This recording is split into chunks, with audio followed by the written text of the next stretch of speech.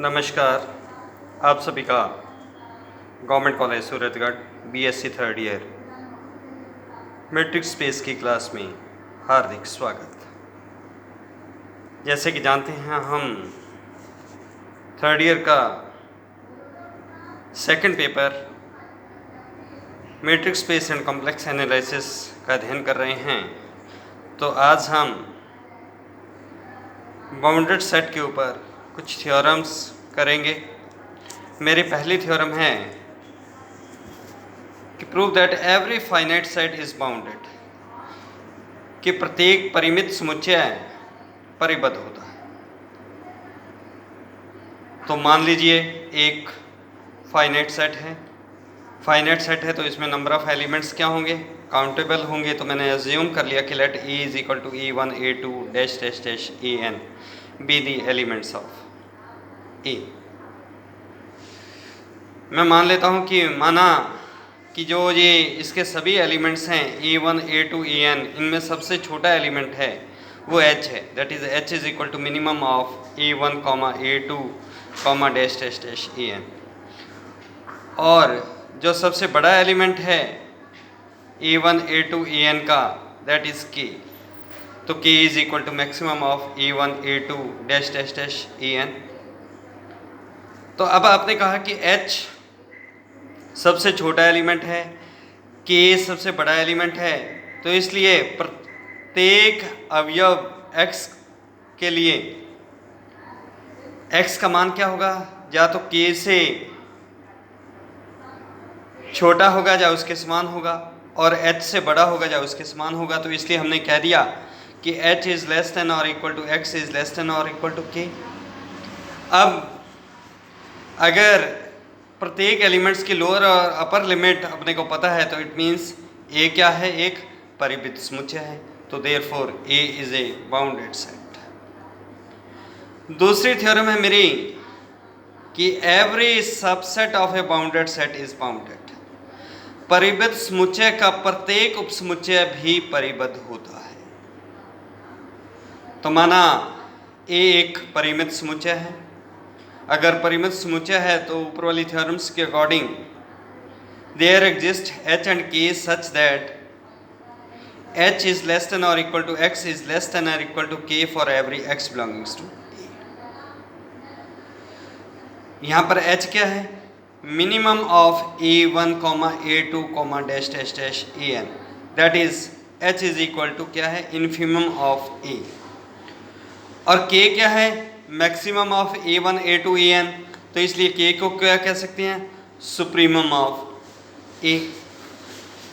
मान लीजिए B क्या है? A का सबसेट है, तो इसलिए B का प्रत्येक एलिमेंट्स क्या होगा? A में विद्यमान होगा। अगर B का प्रत्येक एलिमेंट A में विद्यमान है तो इसलिए B के प्रत्येक अवयव क्या होंगे? H से बड़े या उसके समान और K से छोटे या उसके समान होंगे। तो इसलिए हमने लिखा for every Y belongings to B H is less than और equal to Y is less than और इक्वल टू K। तो इसलिए B क्या हो गया? B is also bounded. तीसरी डेफिनेशन है मेरी कंप्लीटनेस, पूर्णता। तो माना let F be an ordered field, S be a subset of F if supremum of S यानी कि least upper bound of S वो भी F का एलिमेंट हो, एंड इन्फिमम ऑफ S यानी कि greatest lower bound of S वो भी F का एलिमेंट हो। फिर से कह रहा हूं कि F एक ऑर्डर्ड फील्ड है, S F का कोई उपसमुच्चय है। अगर S के सुप्रीमम और इन्फीमम यानी कि ग्रेटेस्ट लोअर बाउंड और लीस्ट अपर बाउंड भी F के एलिमेंट हों तो हम कहते हैं कि S कंप्लीटनेस की कंडीशंस को पूरा करता है। इसी प्रकार से complete ordered field, an ordered field F is said to be complete ordered field. An ordered field F is said to be complete ordered field if S be a non-void set of F and infimum of S as well as supremum of S belongs to F. कि अगर F कोई ordered field है, S उसका उपसमुच्चय है, तो हम कहते हैं कि F एक कंप्लीट ऑर्डर्ड फील्ड है यदि S जो अरिक्त समुच्चय है F का, अगर उसका इन्फीमम और सुप्रीमम दोनों F के एलिमेंट हैं तो हम जो F है उसको हम कहते हैं कंप्लीट ऑर्डर्ड फील्ड। अब एक क्वेश्चन देखते हैं हम। कहता है कि prove that square root of 2 is not a rational number. क्योंकि रैशनल नंबर कौन से होते हैं? All the numbers of the form p by q where q is not equal to 0, उसे हम कहते हैं कि वो रैशनल परिमेय संख्याएं होती हैं।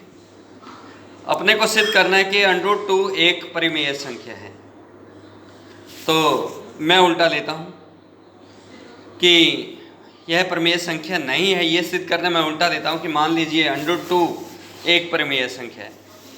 अगर √2 परिमेय संख्या है तो √2 को आप क्या लिख सकते हैं? p by q where p and q are prime numbers.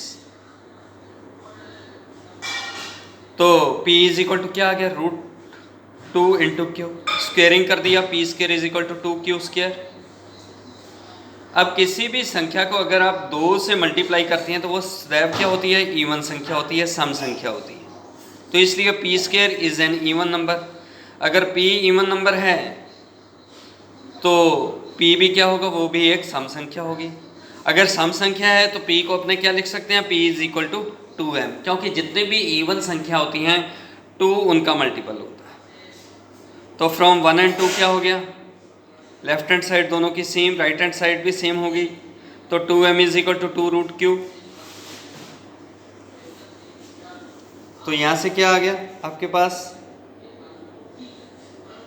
2m is equal to √2 into Q.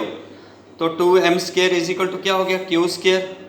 अब q square is equal to क्या आ गया? 2m square. तो इसका मतलब q स्क्वेयर, क्योंकि 2m स्क्वेयर इवन है तो q स्क्वेयर भी क्या हो गया? इवन संख्या हो गई, यानी कि सम संख्या हो गई। अगर q स्क्वेयर इवन संख्या है तो q क्या हो गया? वो भी सम संख्या होगी। तो इसलिए q इज इक्वल टू क्या आ गया? 2n। तो p is equal to 2m, q is equal to 2n। तो इसलिए दोनों का from first and third highest common factor of p and q क्या हो गया? 2। लेकिन हमने क्या कहा था कि p और q क्या हैं? रिलेटिव प्राइम्स हैं। तो रिलेटिव प्राइम्स वो होती है जिसमें 1 के अतिरिक्त और कुछ भी कॉमन ना हो। तो इसलिए ये क्या हो गया? हमारी कंट्राडिक्शन हो गई। अगर कंट्राडिक्शन है तो हमने जो चीज़ सपोज की थी और सपोजिशन इज रॉन्ग, और अगर सपोजिशन रॉन्ग है तो आपने सपोज क्या किया था कि √2 एक परिमेय संख्या है, तो वो गलत है। तो इसका मतलब क्या हो गया? √2 इज नॉट रैशनल। तो इस प्रकार से स्क्वायर रूट ऑफ 2 कभी भी एक परिमेय संख्या नहीं होती है। Thank you very much.